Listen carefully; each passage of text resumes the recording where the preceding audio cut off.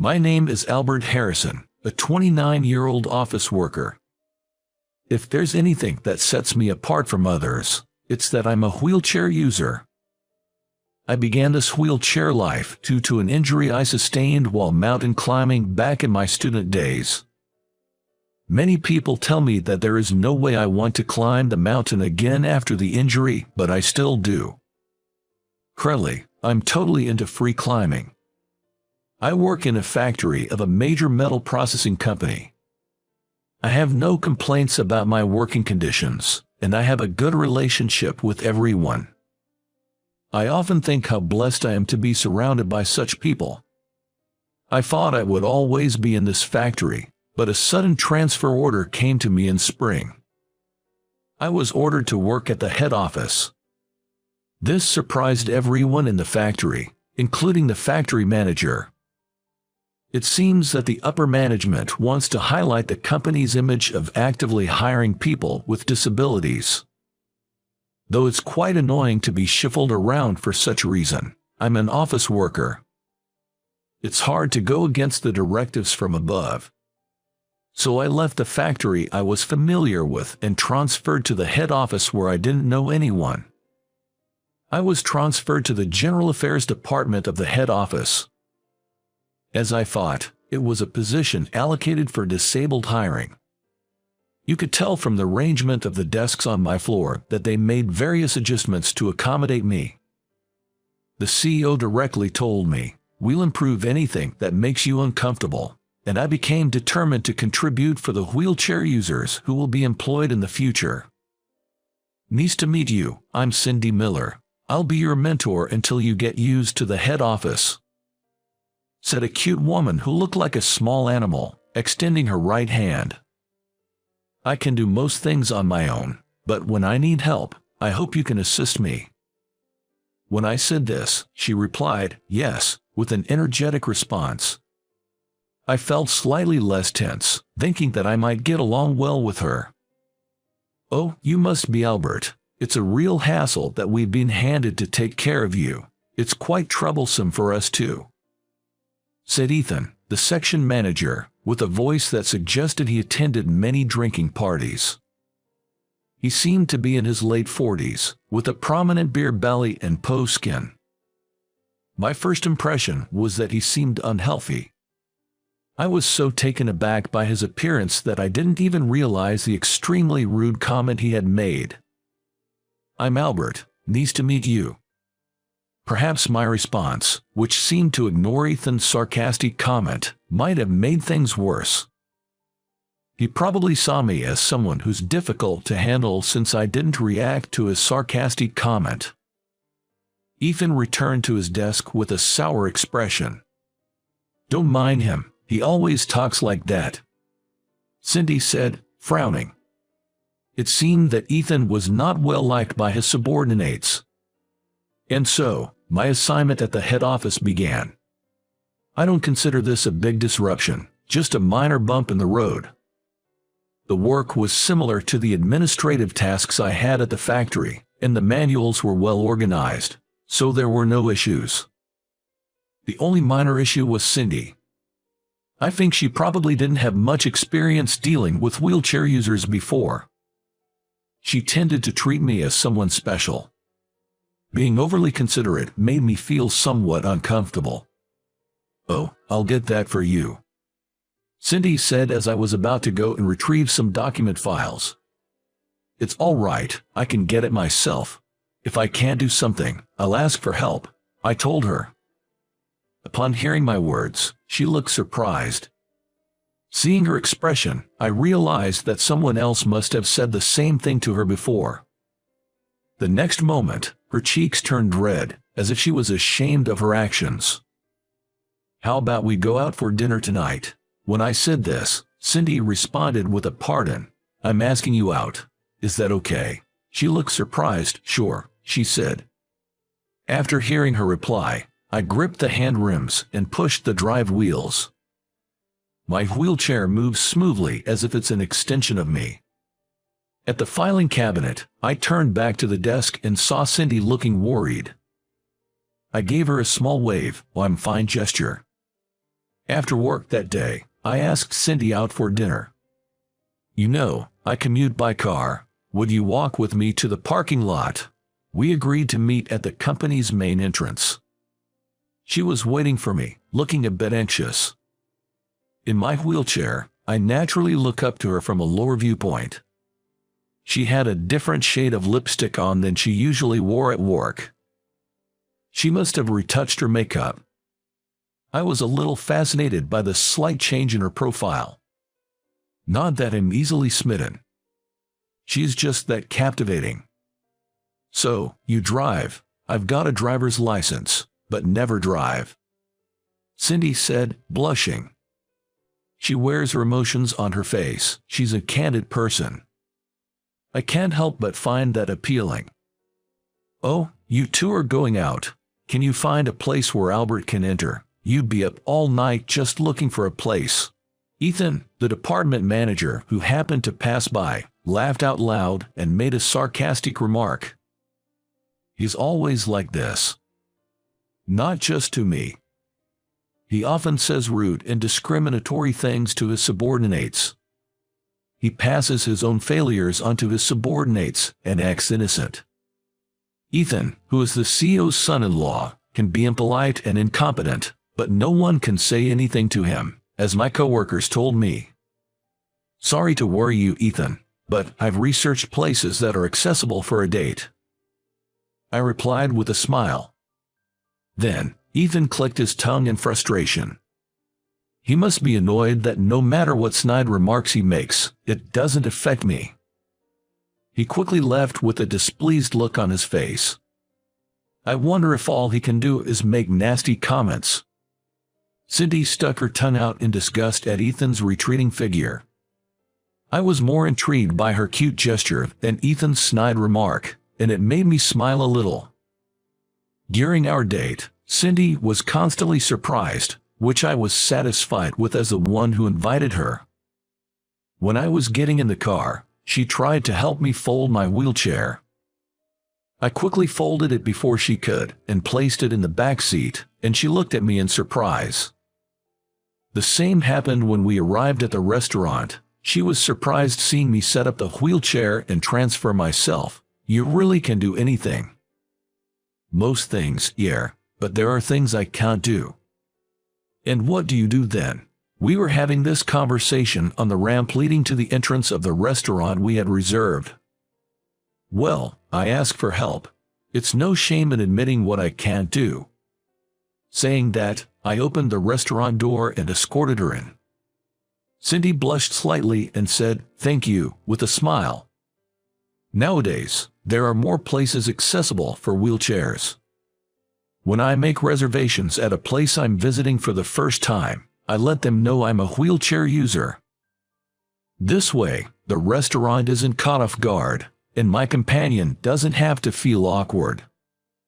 The reserved table was a prime seat with a view of the beautifully lit-up English garden, which was the feature of this restaurant. "Sorry for suddenly asking you out, but I thought it would be good if you, as my mentor, knew more about me."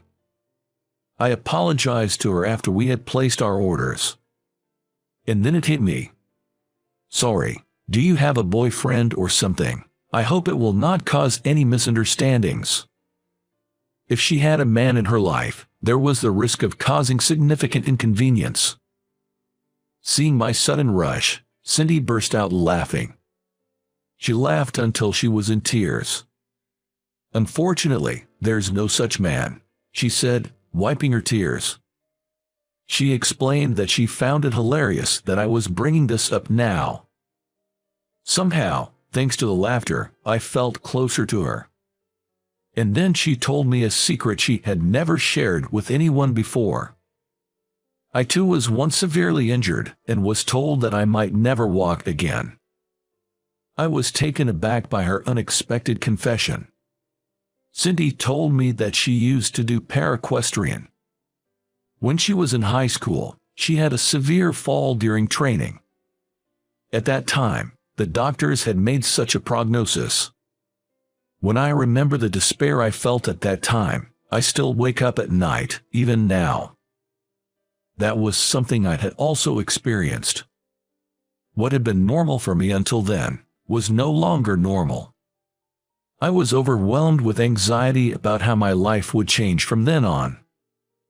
There were times when I stared at my own immobile legs and shed tears. No one's words of encouragement resonated with me. I had a time like that as well. Fortunately, Cindy said she was able to walk again after undergoing repeated rehabilitation and surgeries. Now, there are times when she feels like the accident was all a dream. She probably cared about me more than necessary because she saw in me the future she had once despaired about. I realized again that she was a truly kind and honest person. I know that I'm completely different from you, Albert, but I couldn't help but see myself in you. Cindy apologized, hanging her head. I shook my head, telling her that there was no need for her to apologize. Do you no longer ride horses? At my question, she nodded with a somewhat sad face. She said she had become too scared to do it. I see. So, about the next day off, I asked her out on a date for the next holiday. The long-awaited day off. I picked up Cindy in my car. I kept the destination a secret. I had shamelessly asked her to prepare a picnic lunch. Cindy smiled a little incredulously, saying, "You really have some nerve, Albert, so I think she must have prepared it." The car ride took us to a cliff located deep in the mountains.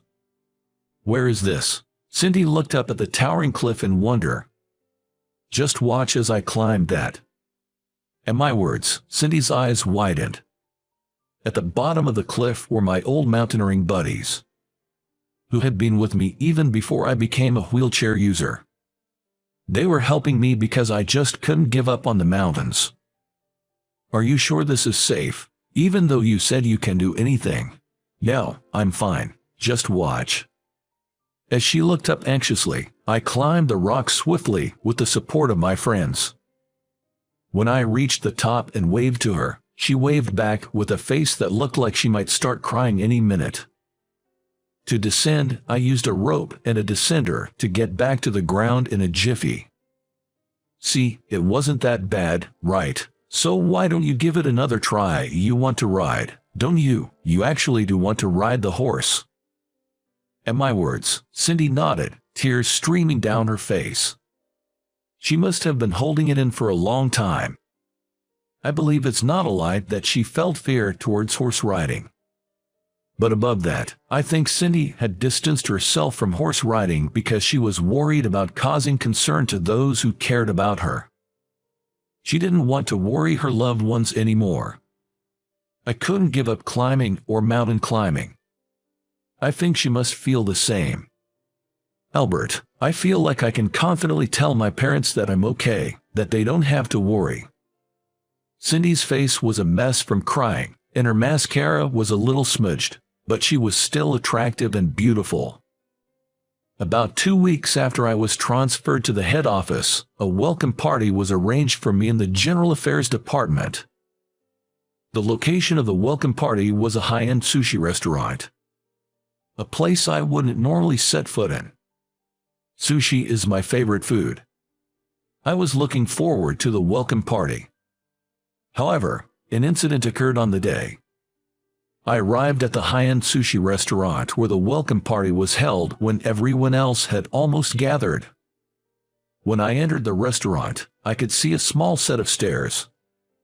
I couldn't get to the stairs past the counter because the width of the wheelchair was in the way. The sushi chef also looked surprised when he saw me. Probably, he wasn't informed that a wheelchair user was coming. It's a high-end sushi restaurant.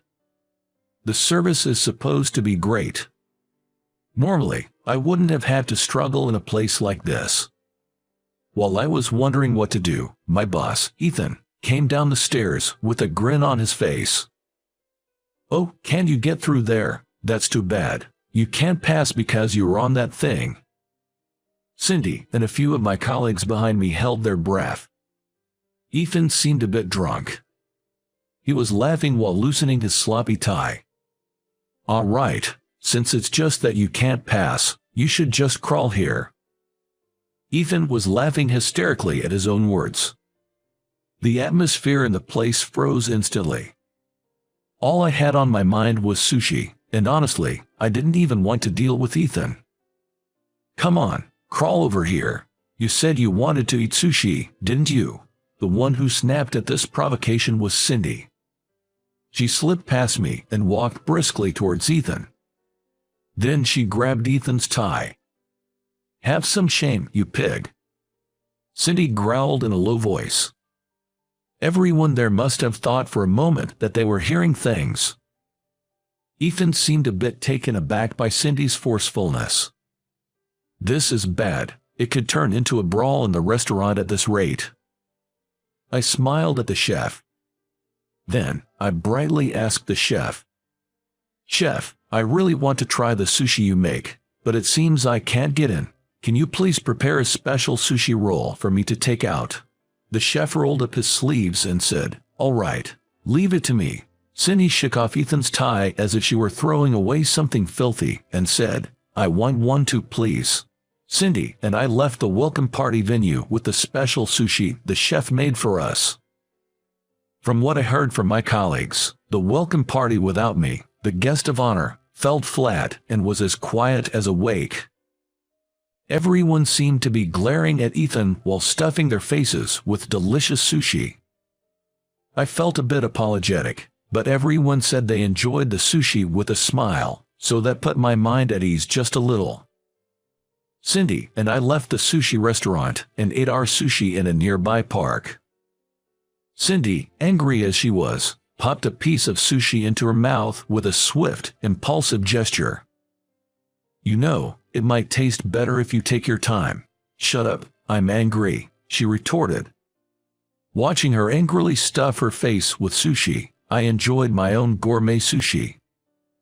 It was probably a treat from the restaurant's head chef. There were more toppings than the usual premium sushi. The next day, when I arrived at the office, it seemed that the events of the previous night had caused quite a stir. Apparently, my coworkers were livid at manager Ethan's behavior and were planning to lodge a complaint with HR and the higher-ups. In surprise, one of my colleagues explained, "You were just the last straw." Many had been unhappy with manager Ethan's attitude for some time, but his position as the boss's son-in-law had forced them to put up with it. However, after seeing his treatment of me the previous night, everyone had decided they could no longer tolerate it as human beings. For my part, I had had my sushi and felt like maybe it was time to let it go, but Cindy said, "It's for the person who gets hired next, too," which made me feel a bit ashamed of my irresponsibility. I'd been somewhat self-centered, thinking as long as I was happy, everything was okay. I hadn't really thought about the people who would come after me. HR started conducting interviews, and soon it was my turn. The meeting room prepared for the investigation also had the CEO present. This was clearly seen as a serious issue. "I'm sorry for the actions of my son-in-law. It's due to my lack of oversight. Please forgive us." The CEO started by apologizing, which made me feel somewhat overwhelmed. Cindy, who was interviewed before me, apparently explained everything about the incident the previous night in detail, and also talked about all that had led up to it. In addition to that, it seems they managed to gather information about manager Ethan's misconduct from other colleagues as well. "Albert, we're thinking of demoting Ethan and asking him to leave the headquarters. Will that lighten your mood a bit?" the CEO asked. I took a moment to think about it.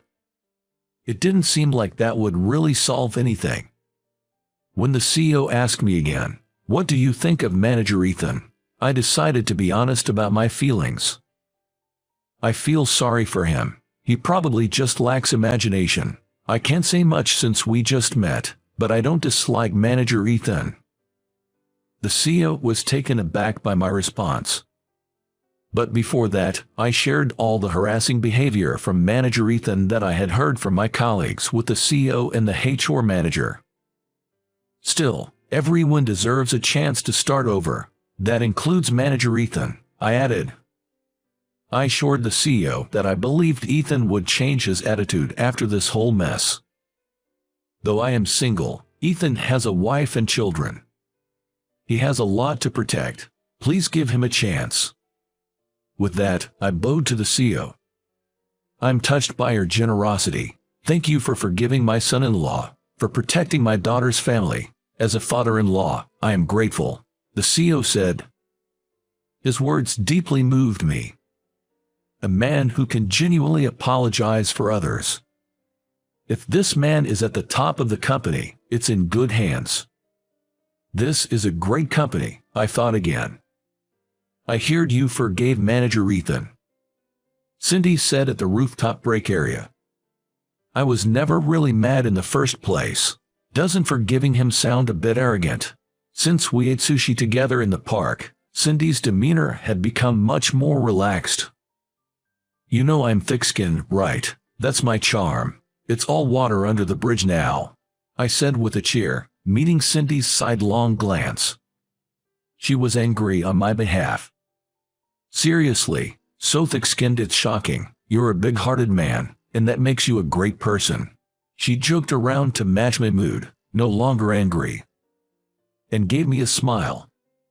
Why don't we go horse riding next time? I want you to see me in all my glory. Of course, I'll accompany you. At my response, Cindy chuckled, no need for formality. Seeing her smile made me genuinely feel that the transfer to the headquarters wasn't so bad. Later, when my boss Ethan insisted on apologizing by bowing deeply, I was completely taken aback. He tried to hug me while sniffling, so I ran away as fast as I could. My colleagues couldn't stop laughing at this spectacle. It felt like a sudden gust of fresh air had swept through the office. Cindy was laughing so hard, she was tearing up. Hey, stop laughing and help me out. That's not something I'd expect from the self-sufficient Albert. Her response left me at a loss. Ethan, still calling out Albert, wouldn't give up trying to hug me. If you'll make me your girlfriend, I'll help you. In a voice only I could hear, Cindy softly whispered this. She had a bold side that belied her appearance. That was part of her charm. Let's not just date, let's get married. At my response, Cindy, saying okay, stood up from her chair and placed herself in front of Ethan. Could you please not smear your snot on my future husband? Her comment made the whole department erupt in laughter. Well wishes came flying from all around. Our future couldn't be brighter. Is it too soon to be looking forward to our wedding? What do you think? Subscribe the channel and it will give me the motivation to produce more. See you in the next video.